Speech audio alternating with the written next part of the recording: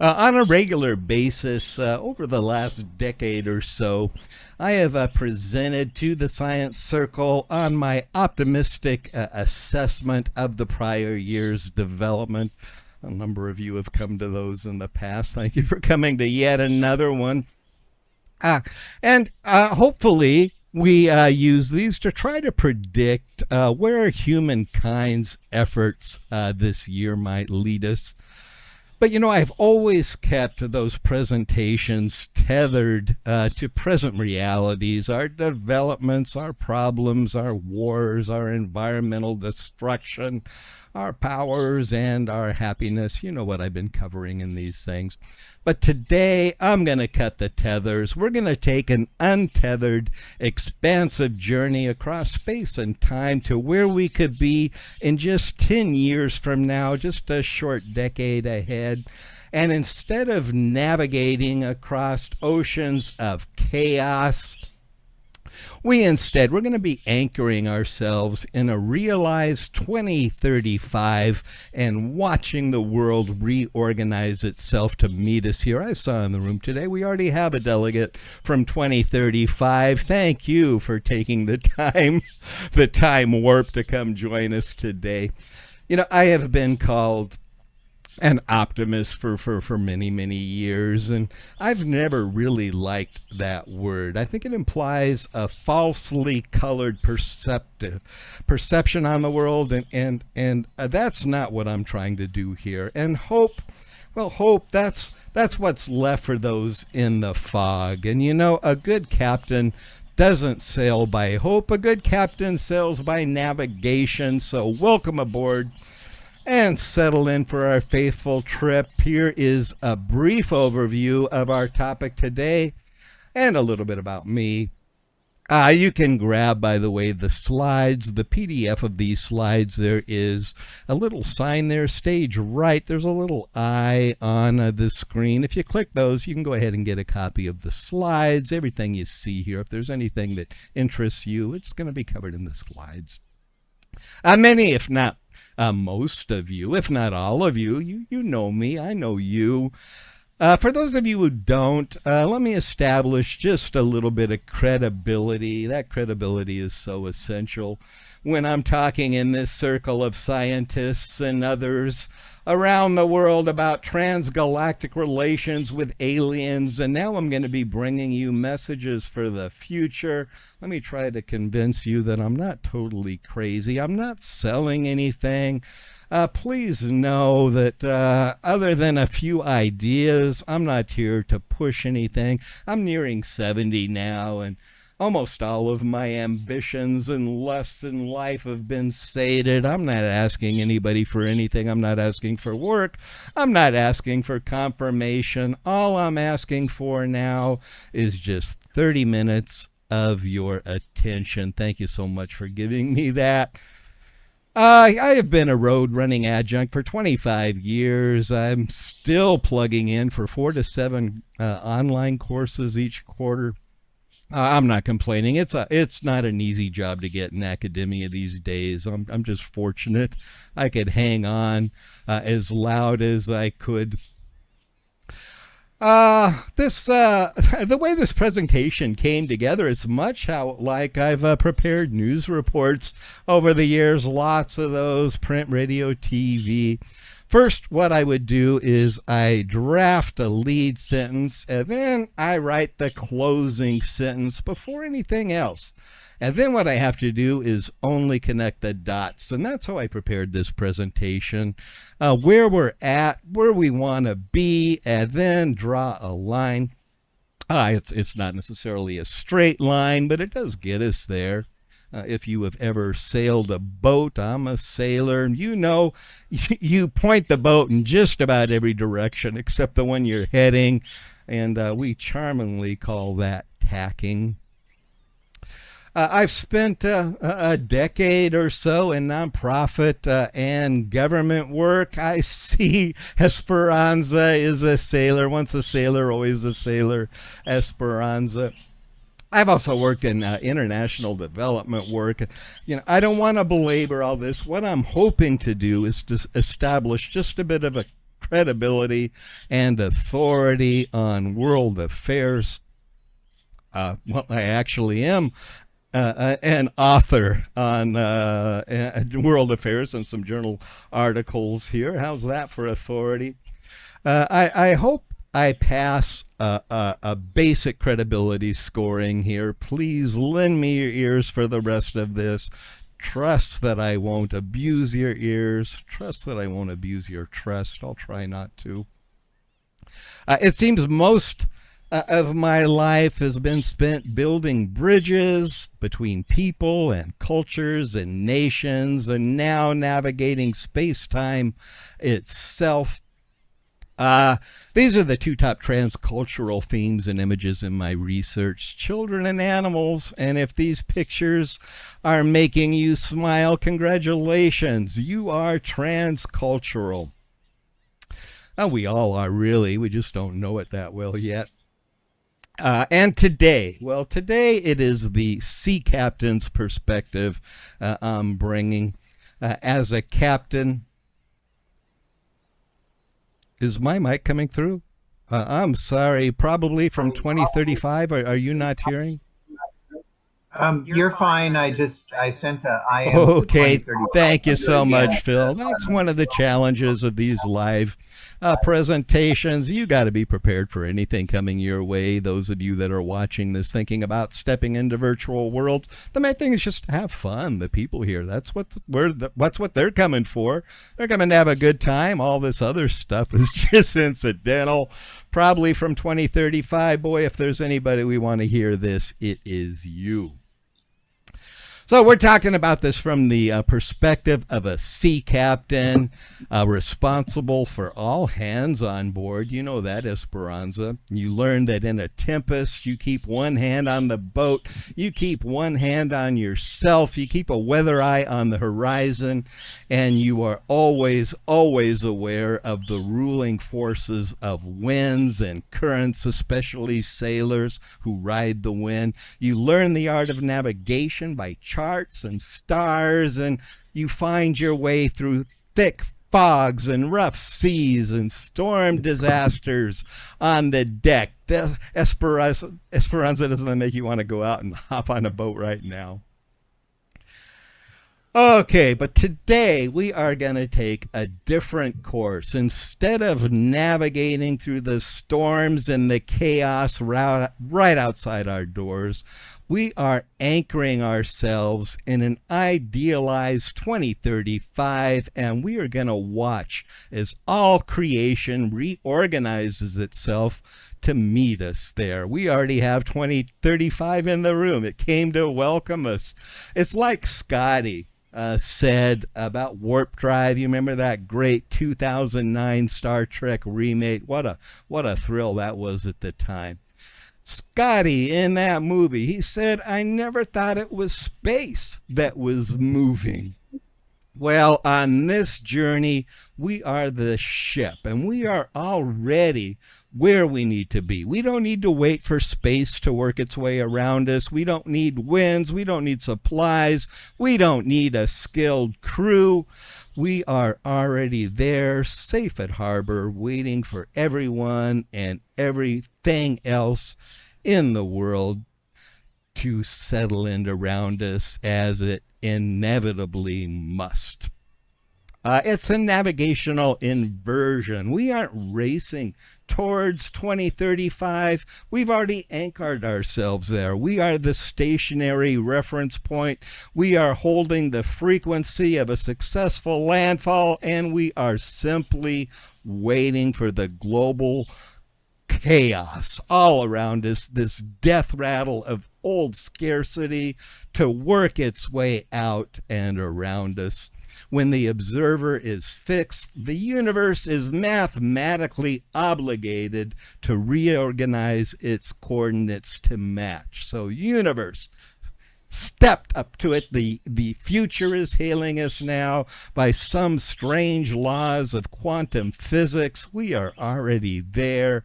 I've had a conversation with the future me. We're going to bring him in a bit later, offering encouragement and patiently grinning at our separation that I ignorantly cling to. And that is the premise of our trip today. Let's get underway. So here we are in 2035, and it's only 20 years, 10 years, only 10 years from what we left behind. It doesn't look all that different here, but the core of it has metamorphosized into an entire new fundamental operating system. Metamorphosed, that's a word I don't get to say very often. I don't think I got it right either time there. Here is our ship. Isn't that a great vessel, Esperanza? It is at the hub of it all. It's the irresistible pull on everything else emanates from our hub, and everything else aligns just as it should. Esperanza, you know this. It's sometimes surprising just how quickly we can realign our core operational systems, a complete shift in mindset. All it takes is taking somebody 15 miles out to sea on a sailboat, and when they've lost view of the land and all the problems that they felt so connected to, that land-based home, well, that all now feels so remote. And how easily people make that mind shift at sea, and how much they want to cling to that experience afterwards when we're back at the docks. If you've ever been to Hawaii, you know what that's like, that sense of aloha spirit. You just don't want to let it go. So this is what it's like in our time, just a decade ahead. And more importantly, we want to know what forces of nature and supernatural physics and human achievement somehow transformed our old world of 2025 to get us here, and how do we reverse engineer it? How do we figure out just what brought us here? Well, not so surprisingly, the change is actually very comfortable. The hard work, it's already been done by the youngsters of our social evolution, the strong hands out there tilling fields and raising barns and waging wars and expanding territories and saving whales and building data centers. Well, these are the developmental ages from infancy to grown adults, ages when we fortify and define ourselves. But our social shift is like slipping into older age. That's what we're doing now, and that feels very familiar to me as I slip towards 70. That's where you know who you are and what you want, and you know how to overcome adversity, and you gladly nurture the young ones with skilled experience and context and hard-earned wisdom. That's the benefit of old age. You know, unfortunately, old age has really gotten a bad rap here in the USA, hasn't it? That was a marketer's development, by the way. Youth was cool, old was out. That mindset started here in the United States back in the 70s, I think. Most cultures of the world, in my experience, they revere their elders. They want them in their homes. They don't stick them off in nursing homes. The rest of the world, I think, has that right.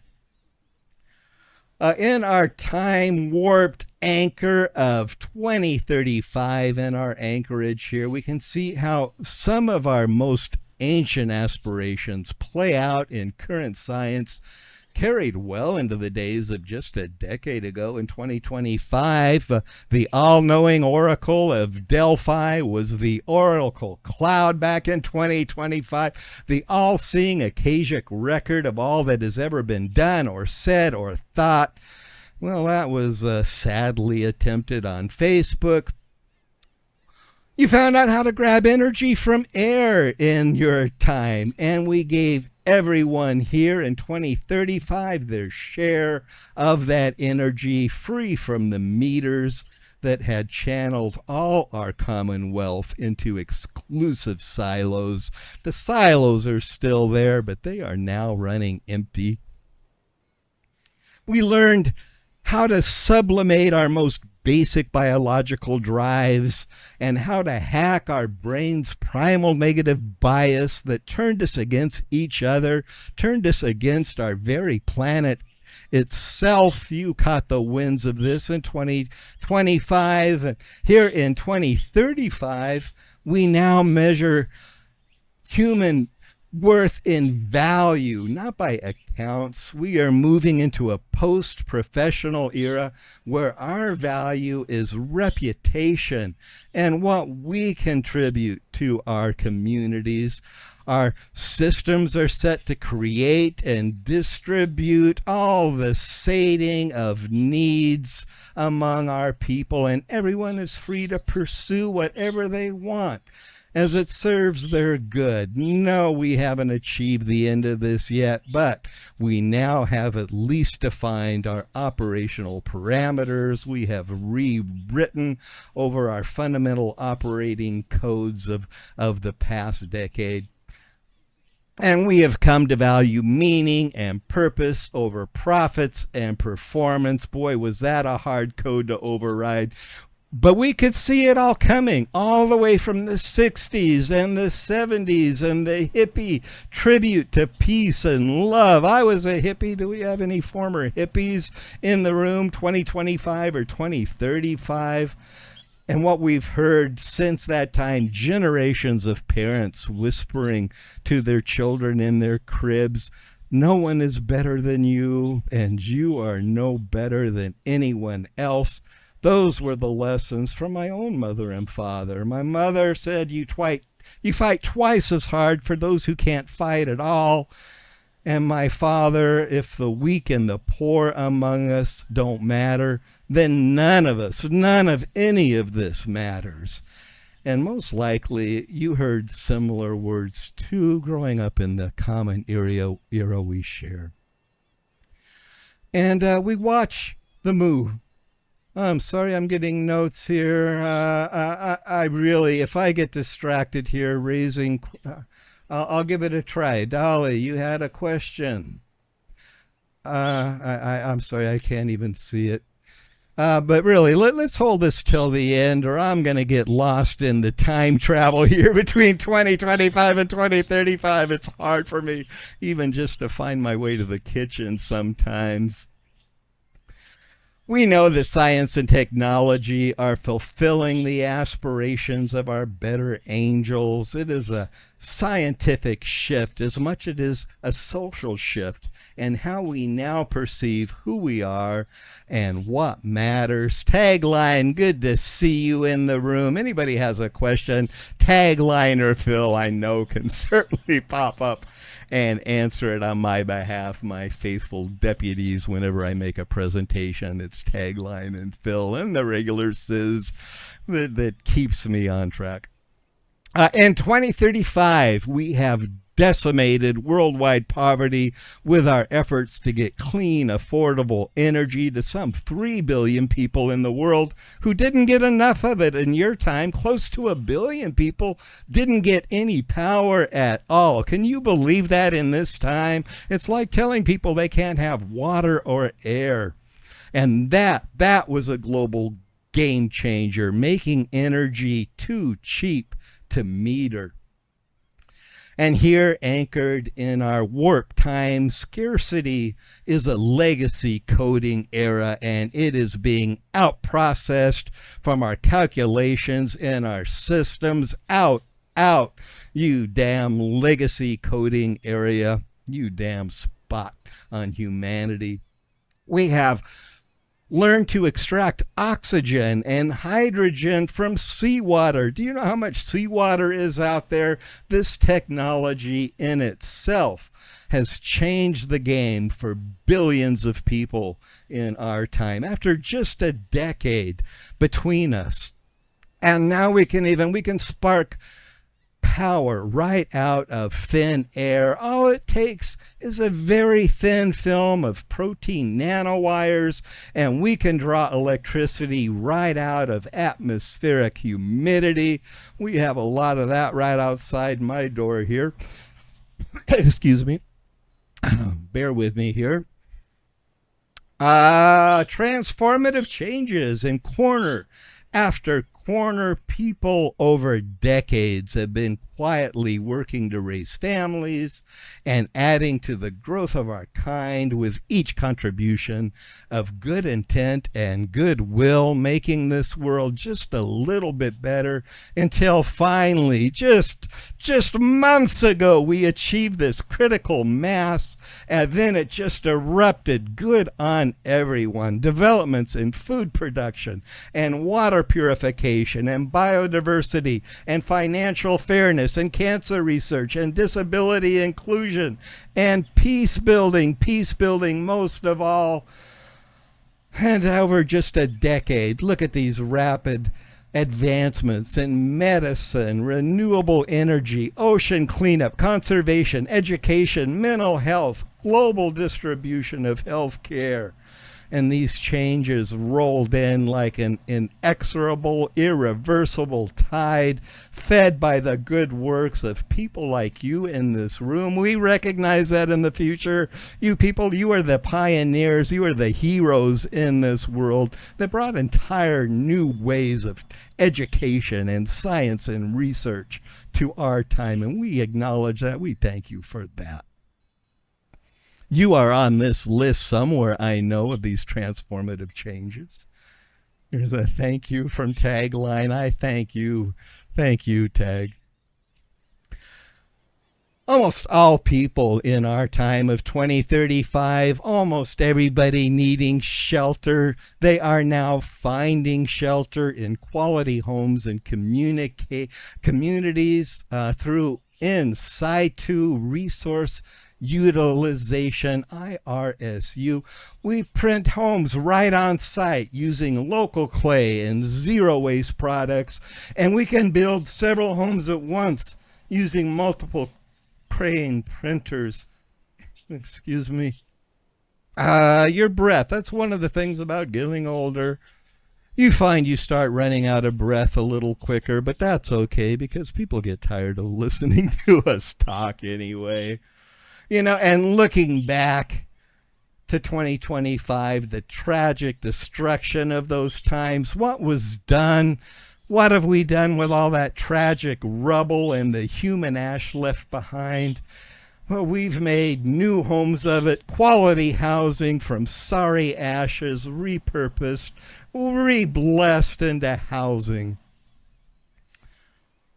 You know, I worked with a number of different silos, different topics from 2035 on this presentation. And I asked my silo partners if there's any comfort at all they could send back to the past on our Christmas holiday here. You know, from the apparently wonderful time just 10 years from now. And yes, they say, and the good news is already here, and that is that the 30% of us, the greedy, self-absorbed people among us willing to sacrifice all for their personal gain, other people, the world itself, well, those people, they're only about a third of us. And that's the way it's always been. A loud minority banging their drums while the rest of us simply go about the business of a purposeful and decent life, educating ourselves, taking care of others, raising the next generation to do even better. And when we see this suffering caused by our harsh transition times in 2025, you heroes making that happen, well, it makes us angry. It makes me angry, typically grounded in my own fears of a country lost, a people lost, a godchild lost. And anger lets us burn through our fears, sometimes with righteous indignation, feeding the flames. You know that feeling. I know you do.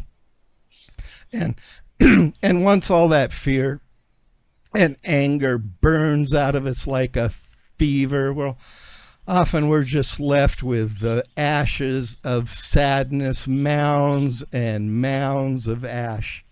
But I think that sad can be a good sign. It means we've burned through the fear by way of anger, and we're left with just the sorry count of what all that fear and anger got us, and we've learned the cost of unclean messes, mountains and mountains of so sorry ash brought into our time. But from all that ash rises the phoenix, created and informed by the horrors that came before, but free of that now extinguished force.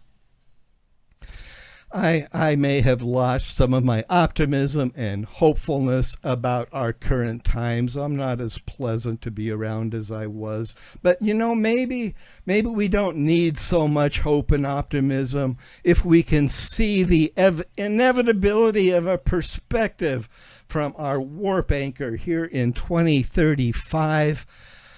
I'm not near as mad or sad anymore as I've been in the past months. And sometimes I'm even a little glad that our old guard and our decayed mindsets are making so much awful noise. It's the death rattle tag, that. It's the death rattle of the dying, and it is not a pleasant sound. But it does mean that the end is near. It's nearer than you think.